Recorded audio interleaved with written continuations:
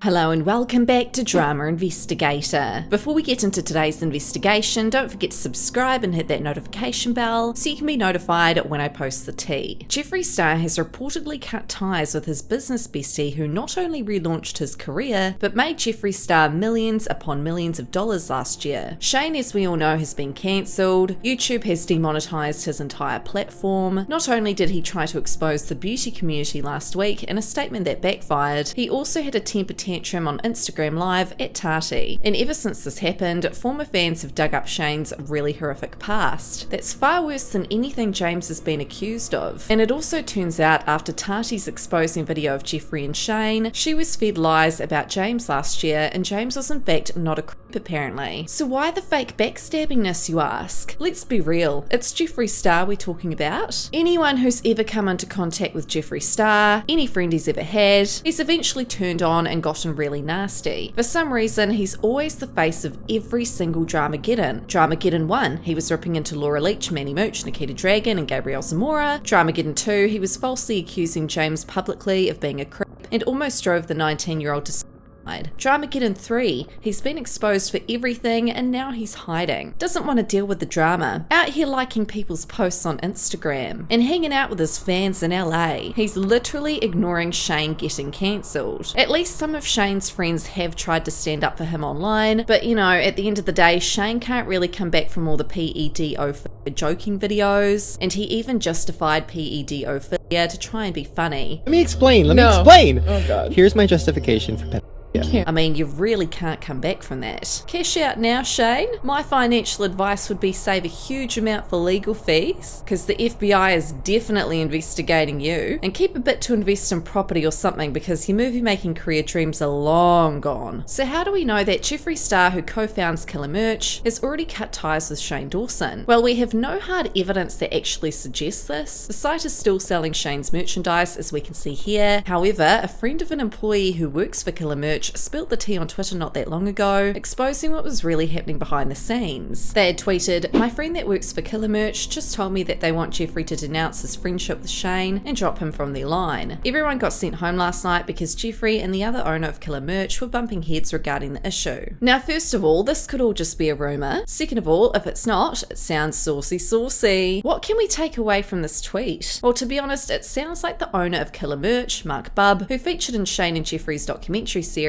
might be the one who wants to drop Shane from his line. He's probably thinking, yeah, we ain't gonna be making any more sales from this dude, let's just drop him. From a business perspective, it's a smart idea. This dude clearly knows what's up, he's thinking numbers, not friendship. Jeffree, on the other hand, might actually be opposed to Mark wanting to drop Shane, because in the tweet it says the two were bumping heads. It actually sounds like Jeffree wants to keep the store running, and it's weird because he's not sticking up for Shane on social media at all, but at the same time, if you look at it this way, Jeffree's probably thinking, shit, if I drop Shane's merch line, I'm gonna look like such a friend. Or not, who knows what's going on in his mind. But an interesting thing to note is that if Jeffree does drop Shane's merch line, next he will definitely be dropping the conspiracy palette. I mean, you can't even buy it on the Morphe site anymore. And also, Jeffree is a huge investor in Morphe, as we've previously investigated and found out, and he was quite happy to take Shane's palette off the Morphe site. To be honest, I don't think there will be many more customers who will want to buy the palette at the moment. The whole internet is absolutely furious at Shane, but at the same time, Jeffree's probably in the mindset of, no, I don't want James and Tati to win, and I don't want them to watch me fail by dropping one of the most highly profitable business ventures I invested my money and time into. That's my perspective anyway. Let me know your thoughts in the comments. Moving on from this, how is Shane really doing? I mean, there's all these rumors that he's in hospital, but apparently those are all false. He's actually been keeping pretty quiet on the socials after his live stream flip out at Tati, where not only did he embarrass himself, he definitely cancelled himself because he looked hella guilty of what Tati was accusing him of. Well, he's actually spoken out, and not many people know this because it wasn't on his main social media platform. He literally posted something on his cat's Instagram. That poor cat, by the way. I mean, what we've heard about him saying what he's allegedly done to his cats in his old podcast. We need to start a petition to save that cat, in my opinion, allegedly. But anyway, he went onto his cat's Instagram and wrote a message about himself as his cat. He goes, "I will always support and love Shane. We all have to remember that Shane isn't perfect. No one is. We all make mistakes, whether they're big or small. Doesn't matter. We all make them, and not allowing somebody to learn and grow from them is not fair nor right. Yes, well, not everyone makes jokes about pedophilia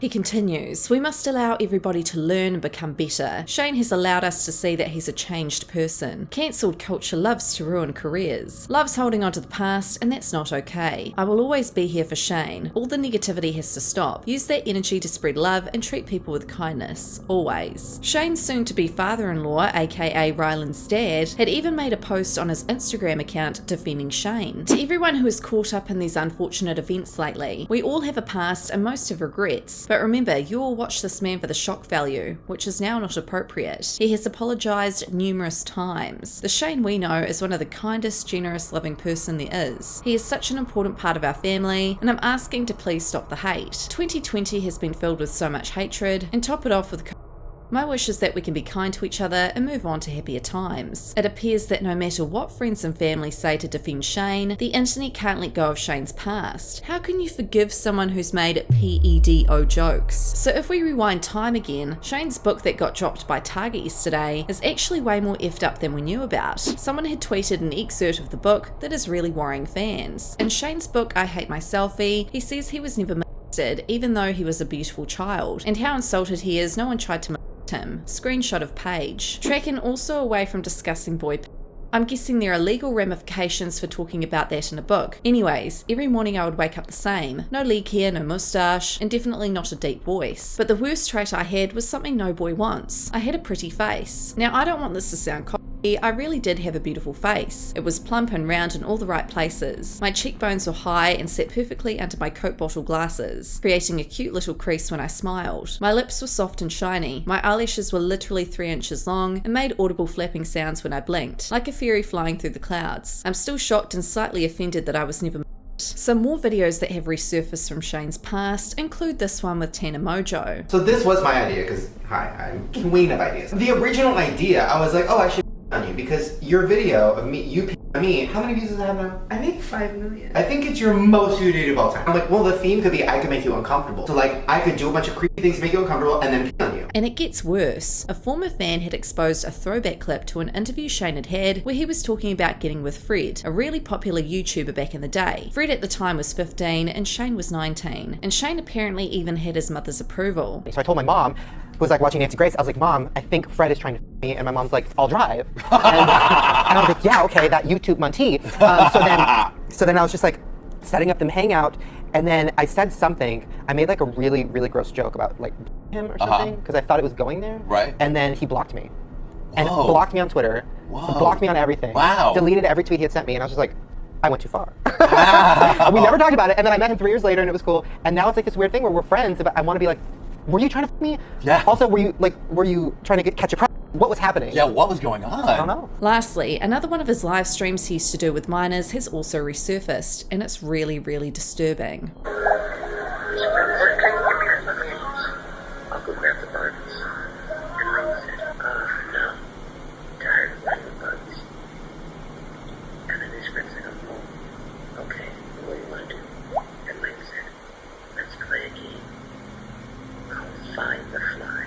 Oh no.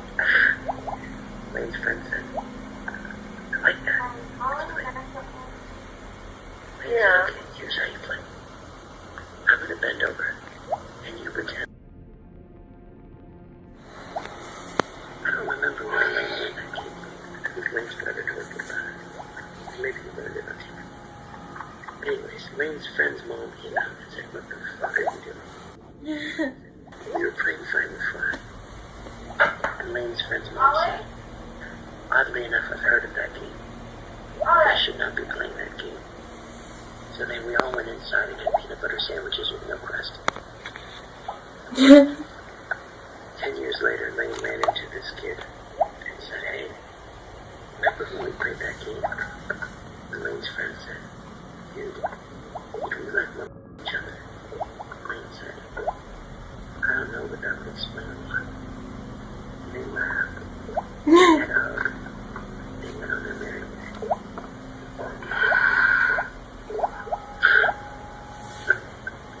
So what are your thoughts on all this drama? Do you think Jeffree will eventually speak out about Shane? Let me know your thoughts in the comments.